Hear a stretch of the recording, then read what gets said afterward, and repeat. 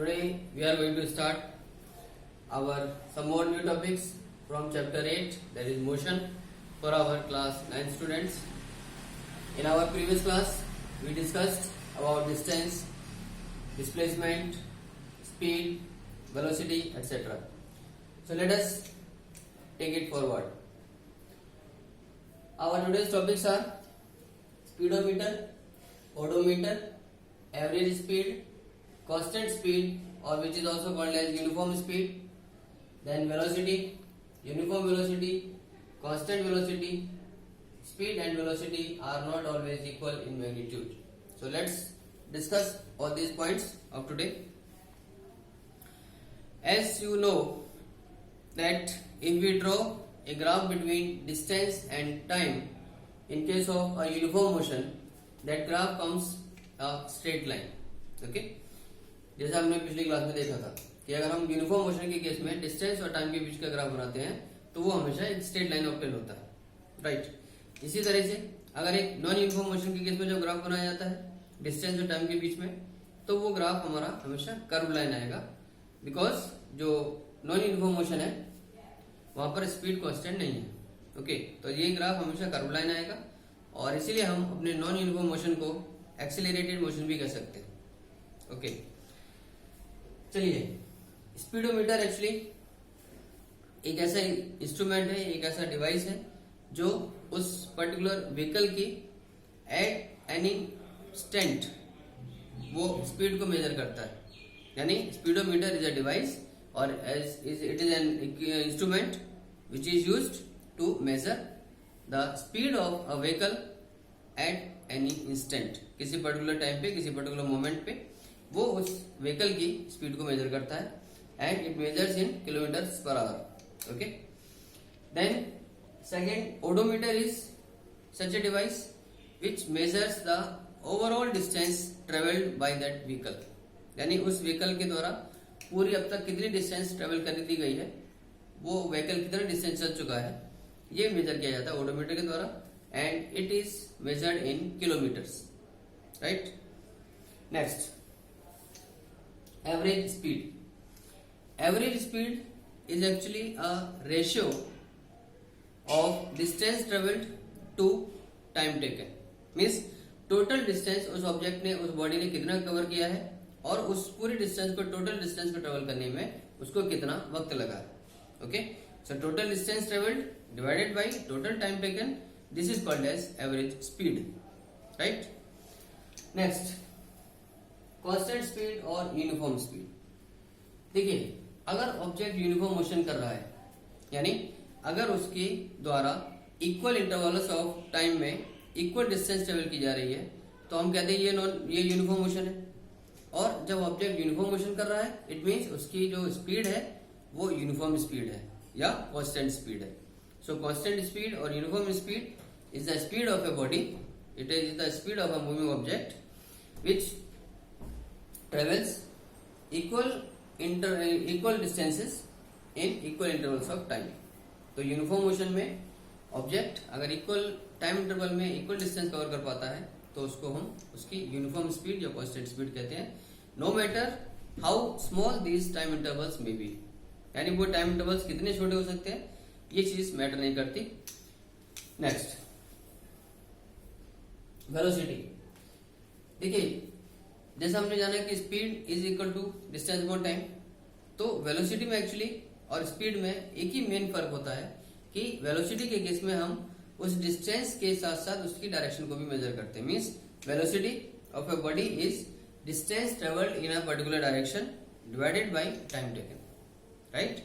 तो जब distance travelled in a particular direction को उसके द्वारा लिए गए टाइम से डिवाइड कर देते हैं तो हम उसकी वेलोसिटी प्राप्त कर लेते हैं।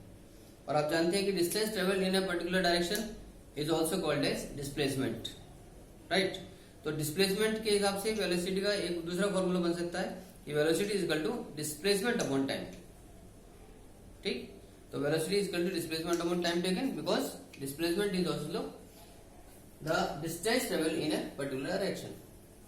इसकी भी जो ऐसा यूनिट है मीटर पर सेकेंड है, लेकिन इसकी जो हायर यूनिट्स है, बड़ी यूनिट्स जो हम यूज करते हैं किलोमीटर पर आवर भी हो सकती है, या कई बार छोटी यूनिट्स में अगर इस्तेमाल करते हैं तो सेंटीमीटर्स पर सेकंड भी कहते हैं। नेक्स्ट टॉपिक है हमारा यूनिफॉर्म वेलोसिटी और कांस्टेंट वेलोसिटी। इसकी भी डेफिनेशन लगभग उसी की जैसी है, यूनिफॉर्म स्पीड या कांस्टेंट स्पीड के जैसी। यानी when an object travels in a straight line in a particular direction and when it travels in a straight line then it covers equal distances in equal intervals of time। तो उस case में वो उसकी जो velocity है वो constant velocity या uniform velocity कही जाएगी। यानी इसके लिए जरूरी है, एक्चुअली इस डेफिनेशन में ये मेंशन करना जरूरी है कि वो ऑब्जेक्ट किसी पर्टिकुलर डायरेक्शन में स्ट्रेट लाइन में मूव कर रहा हो, ठीक है। क्योंकि आप जानते हैं वेलोसिटी एक वेक्टर क्वांटिटी है और वेक्टर क्वांटिटीज मैग्नीट्यूड के साथ साथ डायरेक्शन से भी एक्सप्रेस होती है। तो अगर किसी तरीके से वेलोसिटी उसके ऑब्जेक्ट की चेंज होनी है तो वो दो तरीके से हो सकती है। यानी या तो उसका जो मैग्नीट्यूड है वो चेंज हो जाए तब भी वेलोसिटी बदल जाएगी, या उसकी अगर डायरेक्शन चेंज हो रही है ऑब्जेक्ट की मोशन के दौरान तो डायरेक्शन के बदलने से भी वेलोसिटी की वैल्यू चेंज हो जाएगी। ओके, बिल्कुल वैसे ही जैसे मान लीजिए किसी इंसान का नाम है तो उसका फर्स्ट नेम और सेकेंड नेम या सरनेम उनमें से किसी एक को अगर हम चेंज करते हैं तो ऑब्वियसली उस पर्टिकुलर इंसान का जो आइडेंटिफिकेशन है वो चेंज हो जाएगा, ठीक है। अगर सरनेम आप चेंज करते हैं तब भी उसका नाम बदल गया, वो नाम उसका नहीं रहा। अगर फर्स्ट नेम आपने चेंज कर दिया तब तो नाम पूरी तरह बदल ही गया।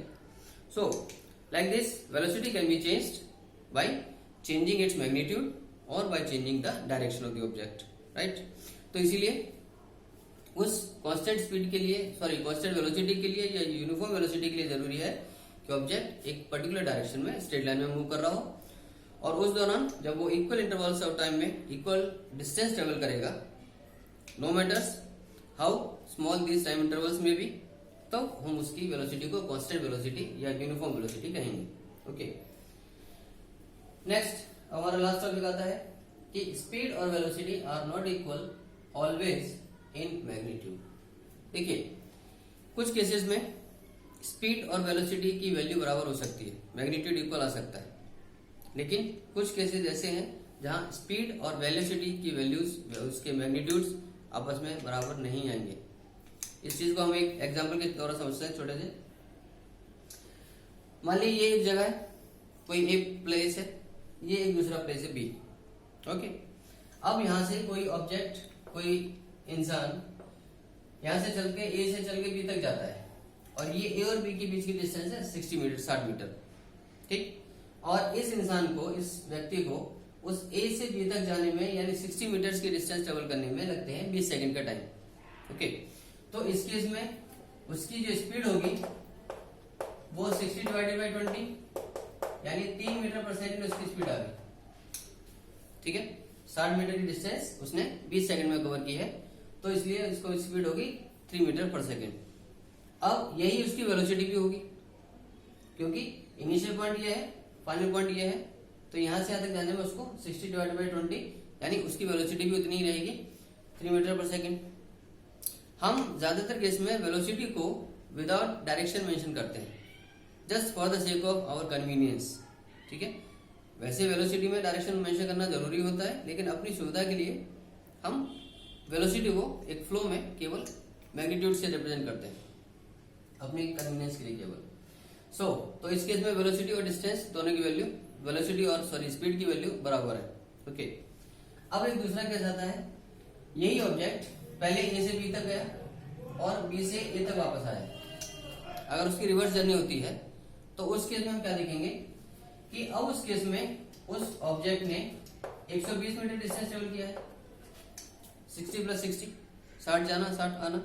ओके, और इसको टोटल टाइम लगा है 40 सेकंड, 20 सेकंड में इधर से इधर गया, फिर अगले 20 सेकंड में यहां से यहां आया।